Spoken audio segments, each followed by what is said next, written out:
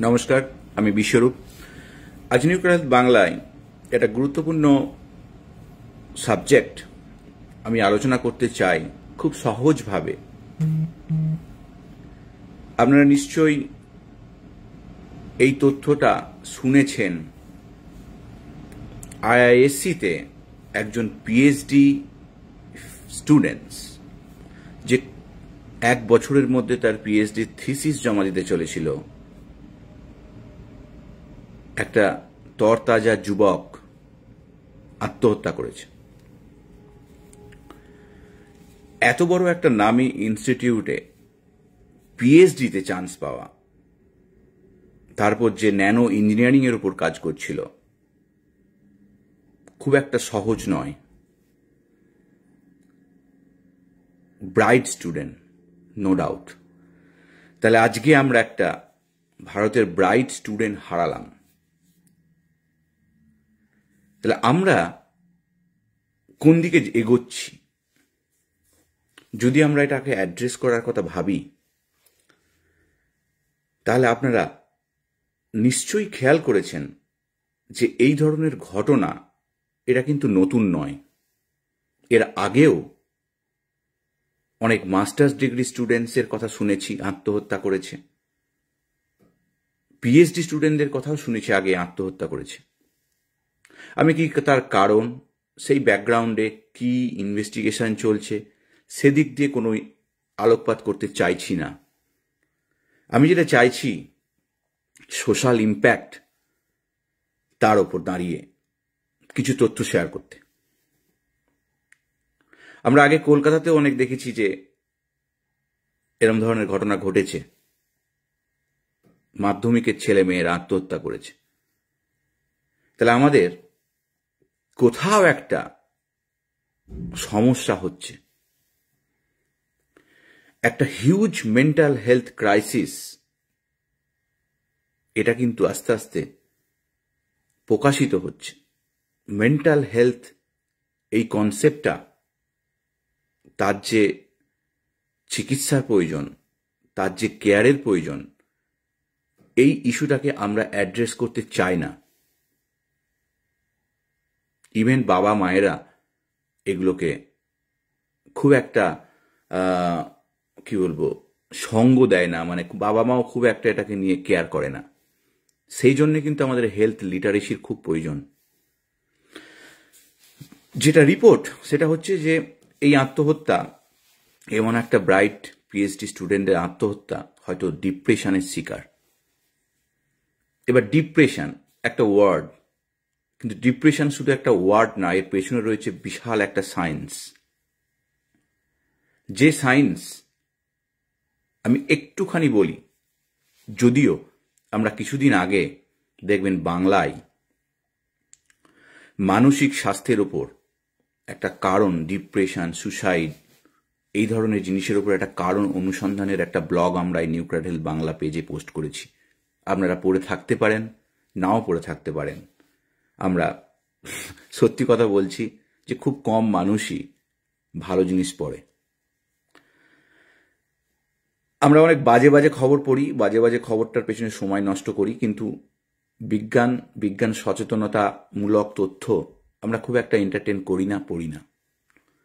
কিন্তু আমি আপনাদের বলবো, আপনারা যেহেতু নিউক্লিয়ার হেলথ ফলো করেন, একটু পড়বেন।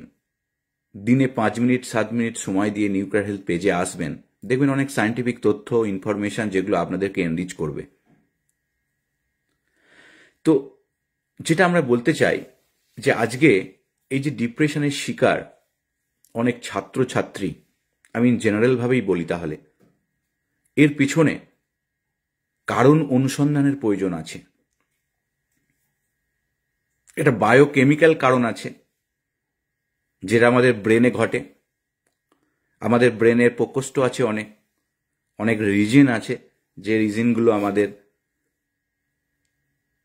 আবেগ, আমাদের রিওয়ার্ড যাকে বলি, আমাদের অনেক কিছুকে কন্ট্রোল করে।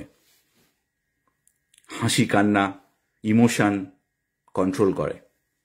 তো আমাদের এই ব্রেনের যে নিউরনের কানেকশন, প্রচুর সার্কিট আছে, যে সার্কিটগুলো একে অপরের উপর ডিপেন্ড করে।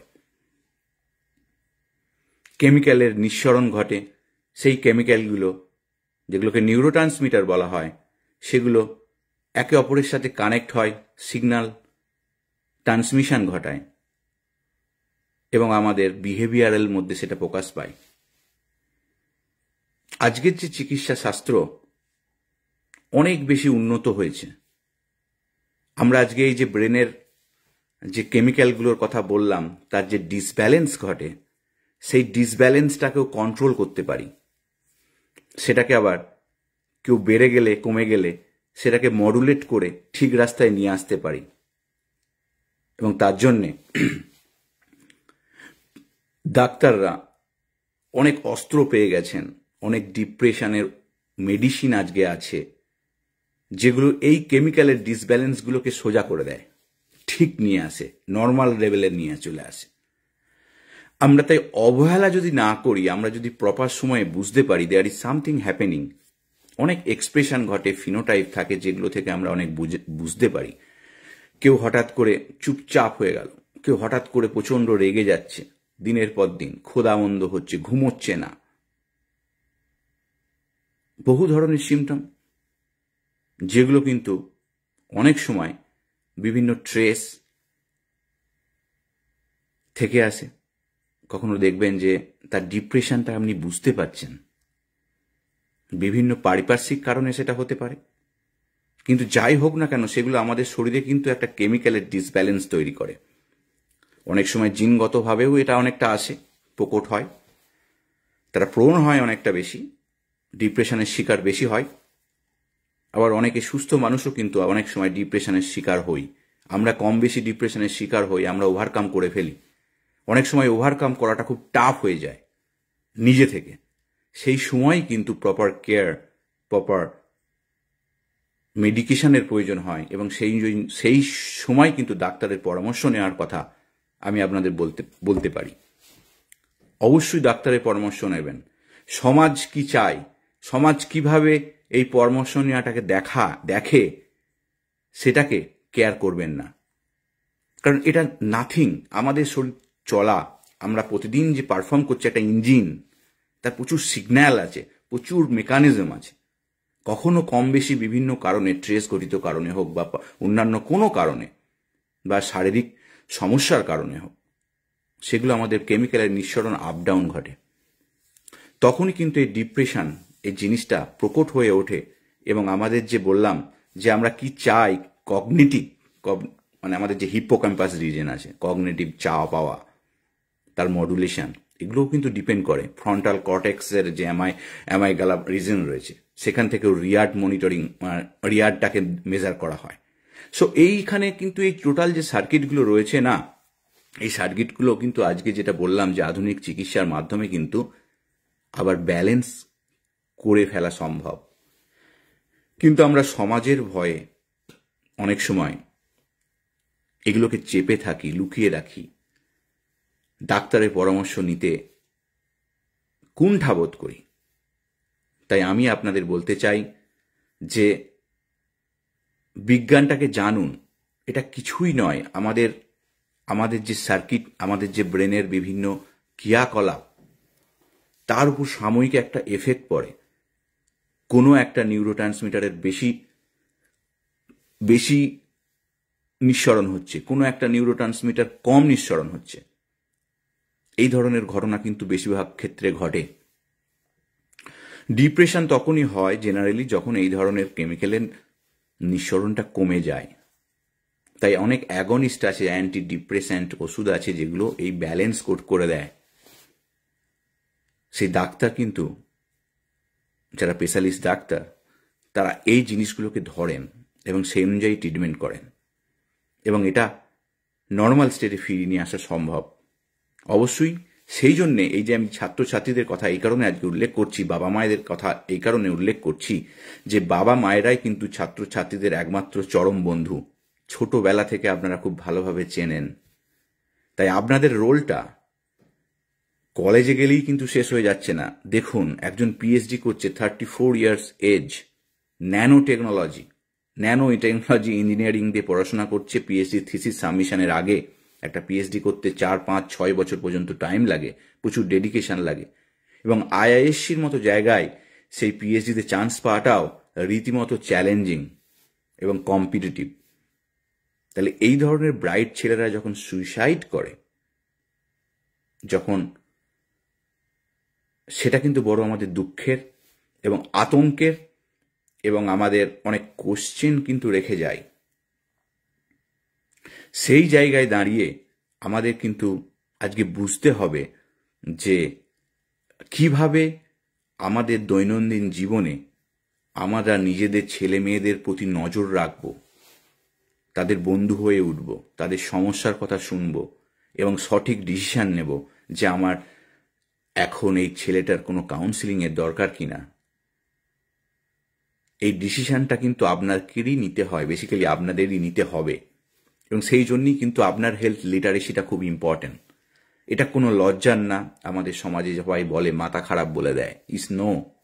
সাময়িকভাবে অনেক সময় বিভিন্ন ধরনের এফেক্ট পড়ে এবং সেটার উপর আমাদের শরীরে রিয়্যাক্ট করে, এবং কখনো কখনো তার জন্য আমাদের অ্যাবনর্মাল ব্যবহার প্রকাশ পায়, কিন্তু সেটাই কিন্তু লাইফ নয়, সেটা কিন্তু কন্ট্রোল করে দেওয়া যায় এবং সম্পূর্ণ সেরে ওঠে মানুষ সময়ের রেসপেক্টে, প্রপার অ্যাটমসফিয়ার পেলে, প্রপার মেডিকেশন পেলে।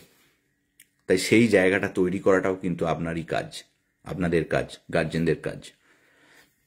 তাই আজকে নিউক্রাট হেলথ বাংলা প্ল্যাটফর্মে আমি এই বার্তাটা দিতে চাই যে হেলথ লিটারেসি আমাদের খুব ইম্পর্টেন্ট একটা বিষয়।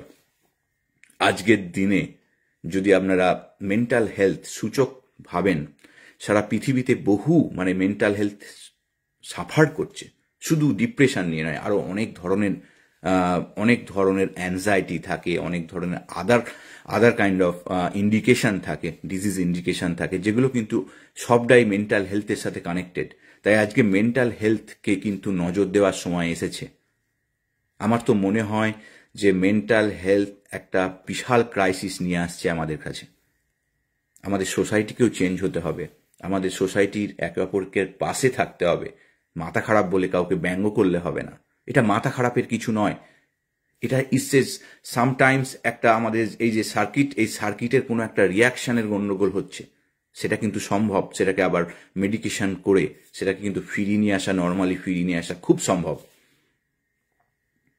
যেগুলো জেনেটিক্যালি একদম প্রকট হয়েছে সেগুলোর ক্ষেত্রে কিছু কিছু সময় সাপেক্ষ, সেগুলোও কিন্তু রিহ্যাব সেন্টার অনেক সময় থাকে, কিন্তু নর্মাল ক্ষেত্রে মেজরিটি অফ দ্য কেসেস এগুলো কিন্তু বাড়ি থেকে জাস্ট একটা কাউন্সিলিংয়ের মাধ্যমে এবং প্রপার মেডিকেশনের মাধ্যমে সমস্ত কিছু কিন্তু কন্ট্রোল করে নেওয়া সম্ভব।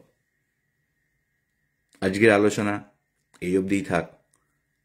আমি আশা করব আপনারা নিউক্রাট হেলথ বাংলায় আমাদের যে পোস্ট হেলথ লিটারেসিটা এনরিচ করার চেষ্টা, সেই চেষ্টায় সামিল থাকবেন, একটু পড়াশোনা করবেন, মাঝে মাঝে এসে দেখবেন, আর আমাদের বার্তা সোসাইটিতে একটু ছড়িয়ে দেবেন। আমি চেষ্টা করে যাচ্ছি আমার সাধ্যমতো, আপনাদের সহযোগিতা পেলে আরও বেশি ভালো লাগবে।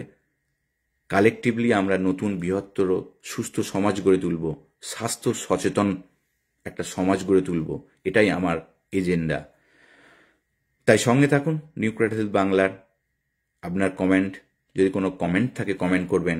আমি নিজে গবেষক সায়েন্টিস্ট, আমি কোনো ডক্টর নই, তাই আমি কোনো মেডিকেশন নিয়ে ডিরেক্টলি কোনো কথা কখনো কোথাও বলি না।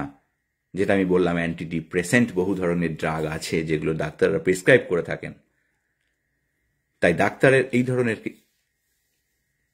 ইনফরমেশনটা আমি আপনাদের শেয়ার করব, সায়েন্টিফিক ইনফরমেশন আমি আপনাদের কাছে নিয়ে আসব, কিন্তু আপনাদের ট্রিটমেন্ট অপশান পেতে গেলে অবশ্যই ডাক্তারের সাথে পরামর্শ করবেন। ভালো থাকবেন, নমস্কার।